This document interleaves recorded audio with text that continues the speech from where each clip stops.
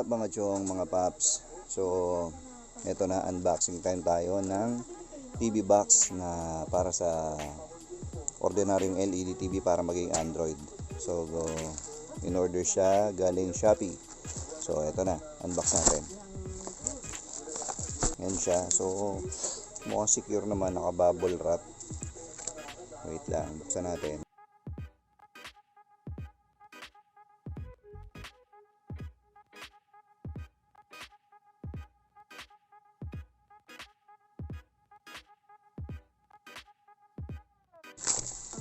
Ayan, so ito siya. So tingnan natin what's in the box. So TV box, Android TV box, multimedia gateway, internet TV, MXQ Pro 5G 4K.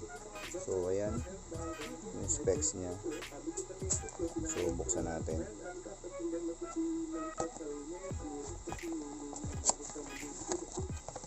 Ayun na, ito siya. So ito yung actual unit natin. Looks cheap, plastic. So meron siyang tatlong USB port, HDMI. Ayan. Tapos yung HDMI cable natin, yung plug para sa outlet, and then yung remote, plus meron siyang user's manual. Ayan lang. So tatry kong ikabit muna dun sa TV, tapos tingnan natin kung ano bang itsura at kung paano siya paganahin. Teka lang guys.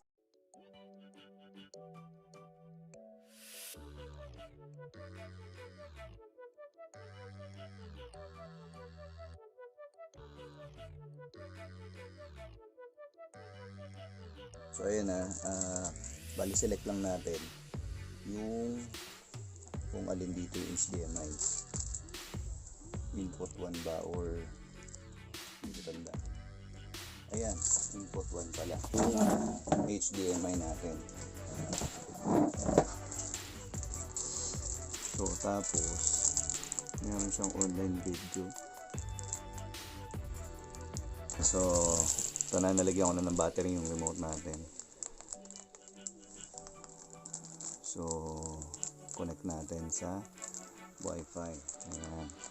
So meron tong may kasama siya na keyboard remote.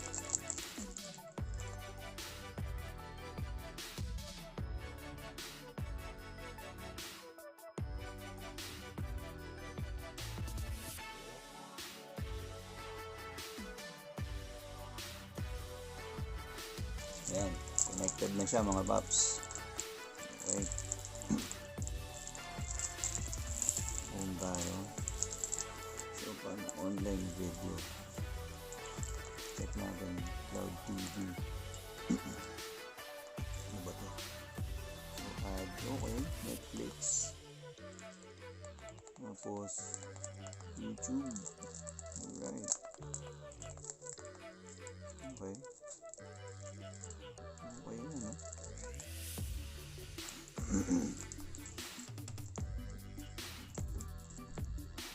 Ayun na siya. So Netflix, try natin. Huli, mukhang maganda yung product na nakuha natin sa Shopee mga paps. Okay, so yun pala, yung mga inad natin, downloading siya. Okay, nung nag-add tayo ng plus sign, so downloading siya. Okay, new version, update natin. Pwede na, 759, not bad.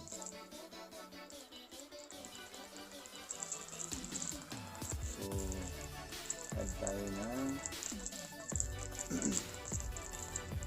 email ad para sa Play Store. So napakatagal na itong email ad or Gmail. Para ng kailangan. Yan lang yung patch pagtatype. Pero kung may Bluetooth keyboard tayo, yung sinama, mas madali. Para ka lang talaga nagtatype sa phone. Pero okay lang yun. Kahit wala. Dali lang naman.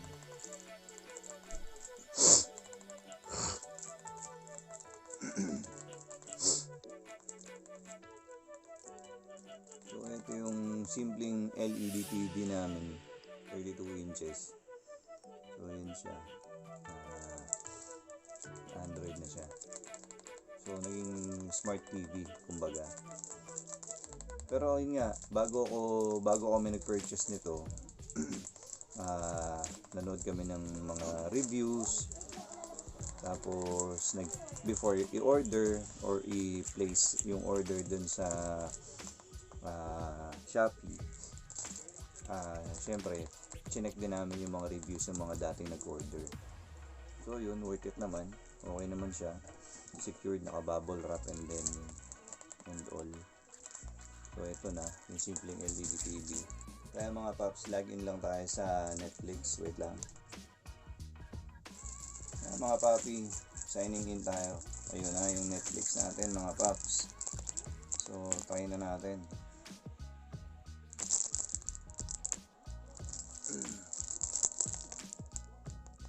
Alright, so may Netflix na tayo sa LED natin na TV. So yung dating LED TV naging smart TV dahil dito sa aparato na nabili natin. So MXQ Pro 5G 4K. Okay. Play tayo ng movie mga paps. Try natin.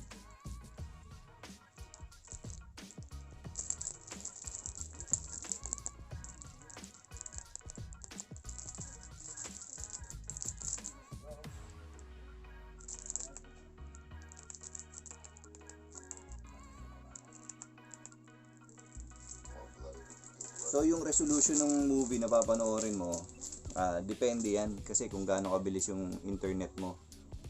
Yan. Pero dito okay naman siya, HD. Alright, so try natin laksan kung maganda talaga yung feed. So meron din siyang volume control sa remote. Ayan, so sagad na. And then TV. Ayan. So yung ano pala, yung picture resolution ng TV naka-default pa rin, kaya ganon.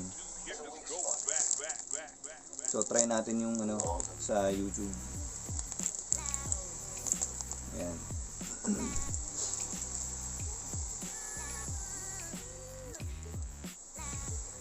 Alright.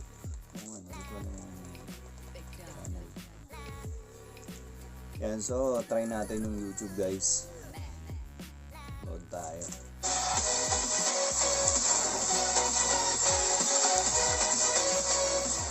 What's up mga paps? So unboxing tayo ngayon na lighting yan. Okay nga no?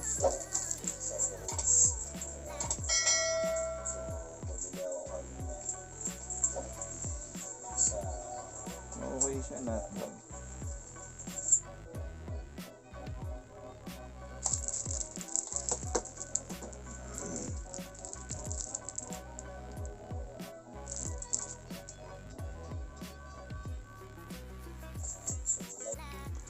So yun, so much for that sa YouTube tsaka sa Netflix. So yan, okay. So all in all, yung feedback ko dito maganda. Yung ordinary LED TV mo, dahil dito sa device na to, pwede mo nga siyang gawing smart TV. So ito siya, ganda. Ayan. So